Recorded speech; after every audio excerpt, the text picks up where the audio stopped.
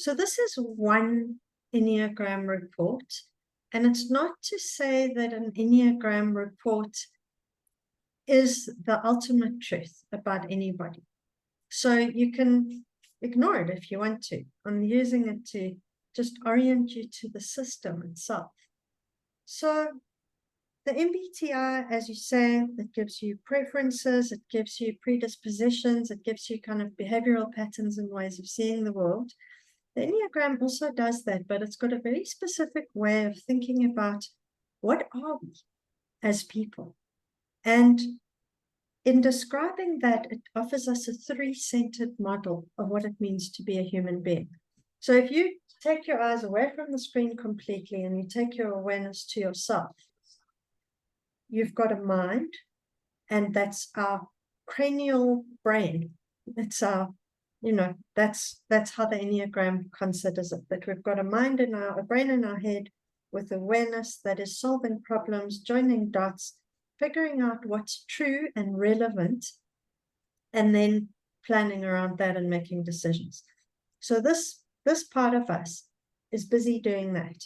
It's orienting us in space and time and our context. So that is described by these blue types here. They describe our head center. And the Enneagram basically gives us a menu of the three main ways of using what's in here, and three ways of orienting to truth. So I'm not going to go into detail there now. Then if we go up, it gives us three ways of relating from the heart. So that's called the heart center in the Enneagram. So we've got a mind, we've got a heart, and the neuroscientists call it the cardiac brain. I don't know if you've read Dan Siegel and them, but you would know about this, that we've got massive bundles of nerve endings around our heart, chest. Yeah.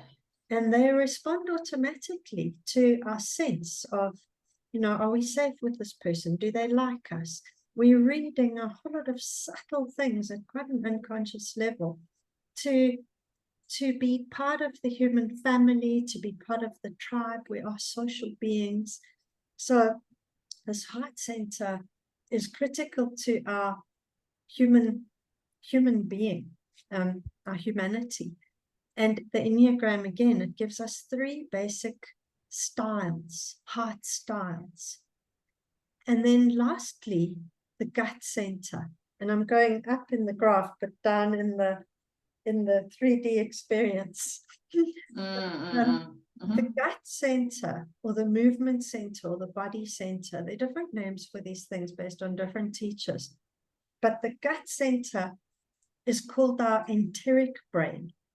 Like you probably know from your neuroscience that we have massive numbers of nerve endings in our gut.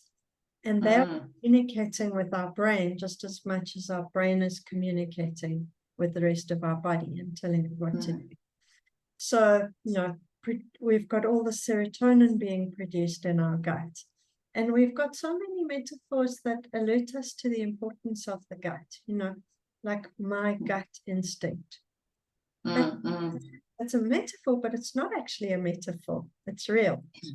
So what the Enneagram is doing is saying, we're in this experience as a human being in the world, making decisions, orienting. In cognitive science, they talk about getting an optimal grip. So we're trying to get an optimal grip using these three centers. And then within each center, one of the styles is more pronounced than the others.